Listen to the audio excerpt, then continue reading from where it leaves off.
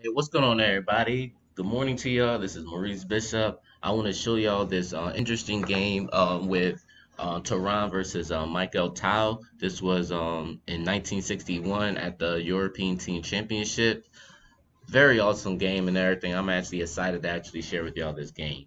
Tehran played as white and Mikhail TAL played as black. All right, without further ado, let's begin.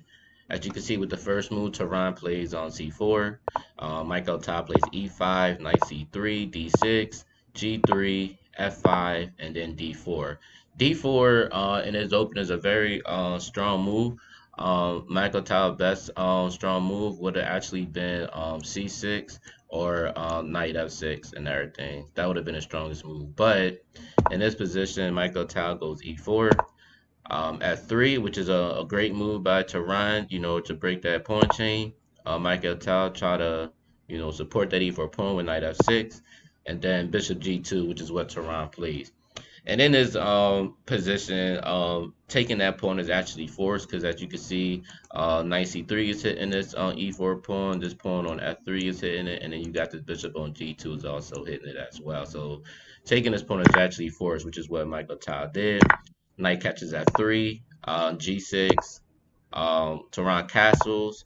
And actually, let me go back real quick. After the castle and after Tehran castle, Michael Tai had intentions of going bishop e7, but the thing is, Tehran did had a strong move, which would have been d5. To potentially go knight d4 and then potentially go to knight e6, which would have been it would have gave black problems with this type of pattern or whatever. But bishop g7 is what Michael Top played instead of bishop e7, and then e4.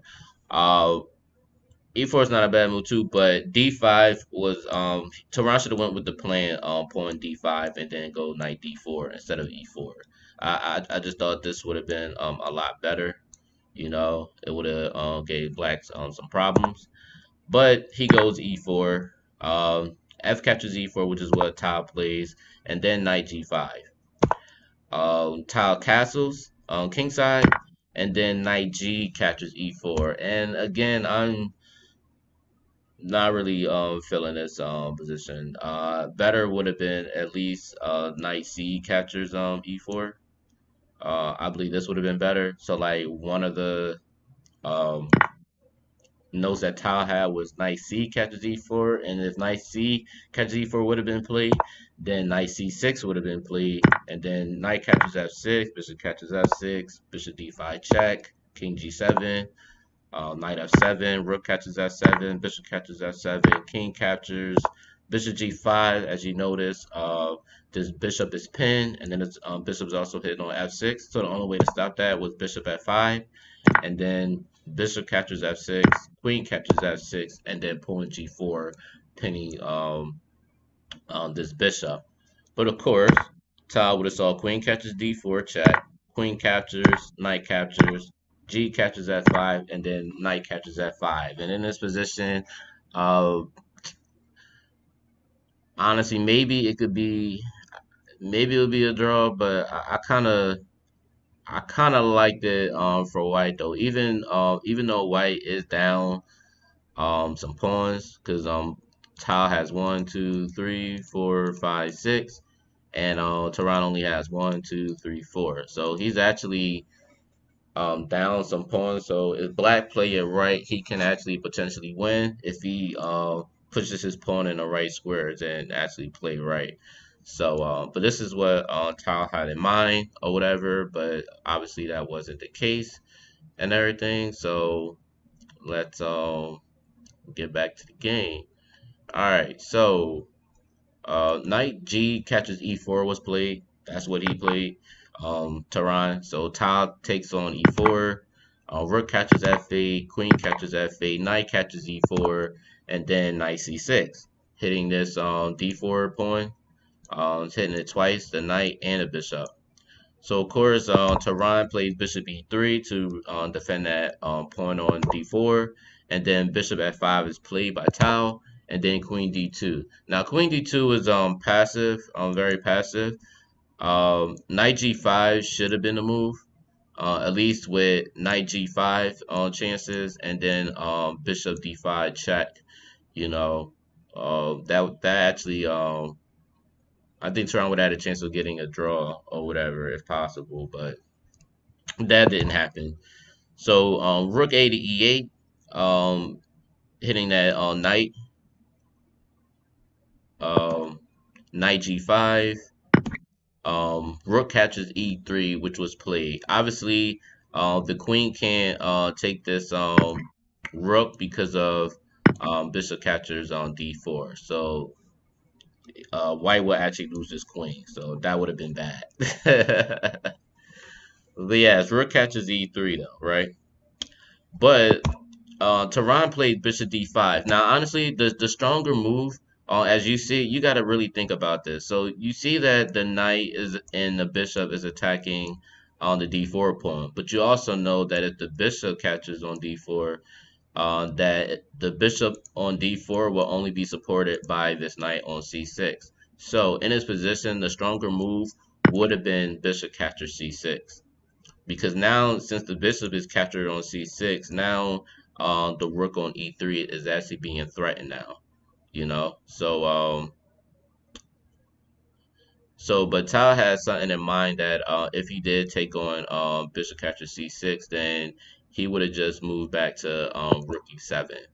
And then if bishop captures on b7, then Ty would have played pawn c5. And with this would have gave him a compensation for that pawn. So like for instance, even if he did d captures and d captures c5, now you have this beautiful bishop d4 post, which is looking very lovely for black. So it's not at all too bad for black at all. It's actually really good and everything, but bishop catches c6 would have been my best bet. That's something that I would have chose. But anyway, let's go back. So after bishop catches I'm sorry, not bishop catches c6. He didn't play that move with y'all. He didn't play that move. Bishop d5 check is what Tehran played. Excuse me, y'all. King h8, knight f7 check, and then Tao just, I guess he didn't want no draw. As y'all can see, if it was king g8, then knight a6 check, which is double check. So it ain't like he could block with the bishop because it's a double check. Knight hitting it, and then the bishop as well. So if he came back and did the exact same thing, you know, it just would have been the same thing, right? But freaking Tile plays queen catches s7, bishop catches s7, rook d3. You know, Tile didn't even he didn't even worry about it. Like he just sacrificed his queen. So then he goes rook d3, queen e2, bishop catches d4 with a check, king g2, knight e5. Look at these pieces: the rook, the bishop, the knight, and the light square bishop. They all forming together as one unit, coming closer to the king. I love it, man. I love how Tile plays. Rook a d1, Tehran finally get his rook in the game, but it's kind of like too late because after rook e3, queen goes to f1, bishop e4 check, king h3, rook f3. Not only hitting the queen, but also hitting this bishop on f7. But obviously, Tal is not looking to capture uh, a piece or whatever. He's trying to make the guy, right? Or at least get a better advantage. And when Tehran goes queen e2, Tal plays bishop f5 check, and Tehran resigns after this position. Why does Tehran resign after this position? Because after, if he goes king h4, Tal had this beautiful move, rook e3. It doesn't matter where the queen goes. You're either gonna have to give up your queen, or you're just gonna get mated. So, for instance, if he goes queen d2, you got knight f3 checkmate. Or like I said, he could sacrifice his queen as well if he choose to. Or if he does something like, I don't know, let's say king g2, then he can potentially have this move rook f2, so he'll still lose the queen either way. But when I looked at this, I didn't see any notes on top writing. Um, like if he goes king 2, obviously king h3 is not a move at all. That would have automatically he would automatically lose. What I'm saying is, if he goes King H4, obviously that's a no-brainer that he's gonna lose in that position. Because after Rook E3, man, that's just yeah, man, black would be better, and he got more pawns too. Um, but yeah, after King G2,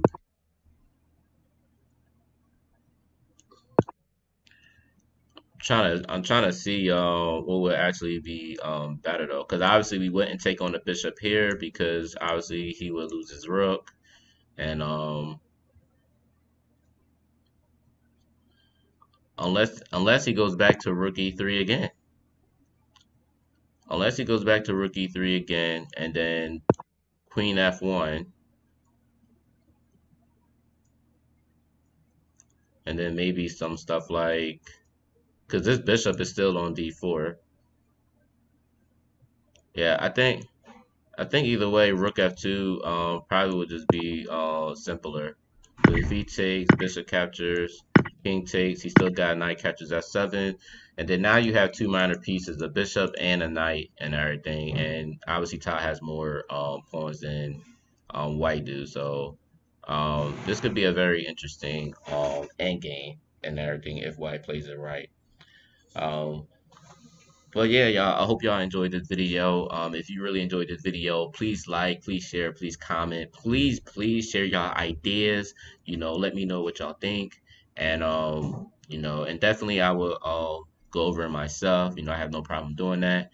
And also, y'all, one last thing, do not forget to subscribe. Do not forget to subscribe.